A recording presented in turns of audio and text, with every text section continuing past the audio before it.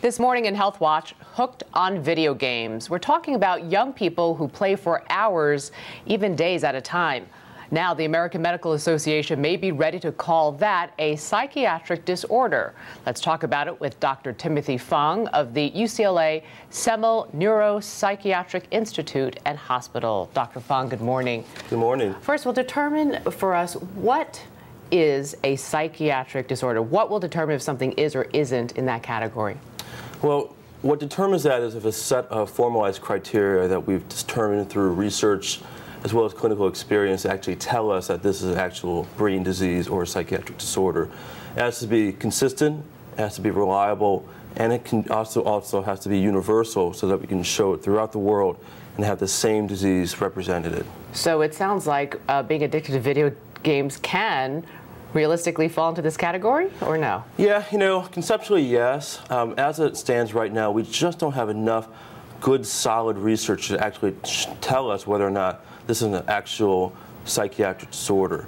Certainly, video game addiction has many of the clinical signs and symptoms of addictive disorders like gambling, like drug abuse, but yet we just don't have that research to back it up. Clinically, when we see patients with video game addiction, the symptoms are almost identical. Like what?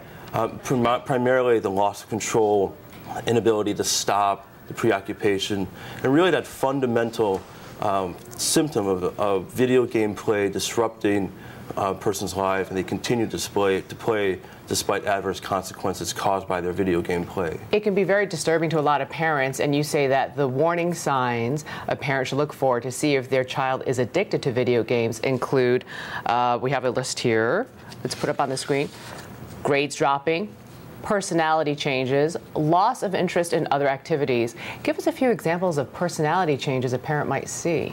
Well, I think these warning signs are very general, and they could be more than just a video game addiction. They could also be signs of depression, anxiety, bipolar disease, substance abuse.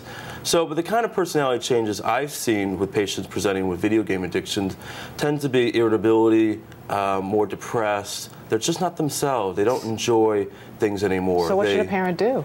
Well, the first thing I like to tell patients and parents is don't panic, because the majority of kids playing video games are not addicted.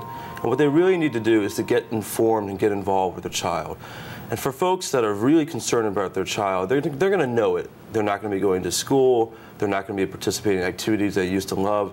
They're going to be withdrawing from the family. So do you take the games away from them? I think that's really right. The first step is not to take the game right away. I think the first step is to sit down with the adolescent or teen and just have an open discussion.